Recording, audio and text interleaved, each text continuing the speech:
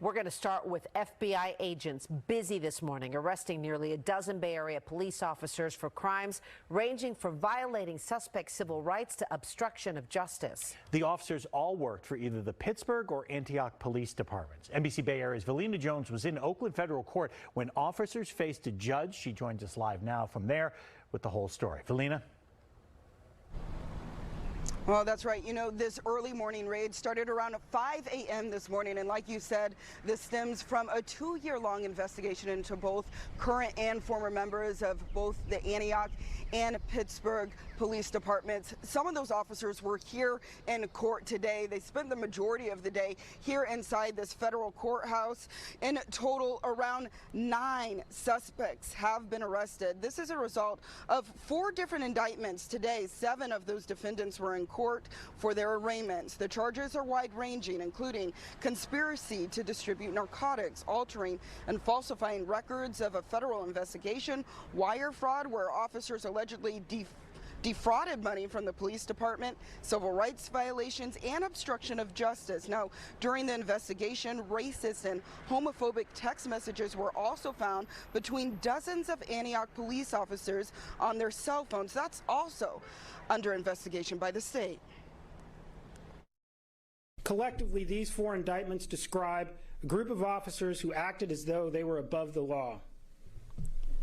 The officers had no interest in de-escalation or other proper law enforcement tactics to avoid violence. Color of law violations strike at the very heart of our justice system. They undermine public confidence in the law and law enforcement and erode the fundamental rights of our citizens. Now, one of those Antioch police officers, Marisa Amari, is charged in 2 of the indictments. His attorney says they are still waiting to review the discovery of evidence. They add they're disgusted by this early morning FBI raid, explaining that their client would have surrendered peacefully if he was given the opportunity.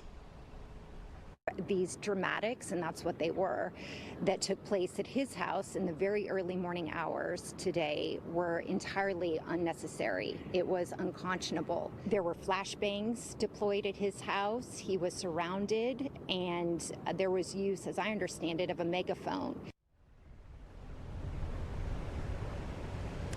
Most of all the defendants in court today are being held on a $100,000 secured bond using their house as collateral. All of those suspects that were in court today are expected to be back in court by the end of this month. We also know that there are some people that were not arraigned. They are currently either out of state. Most of them are out of state. We know that this investigation stemmed with help from FBI officers in Texas and Hawaii and other places throughout the country. So a lot of hands involved in this investigation. Some of those defendants still need to come back here to California.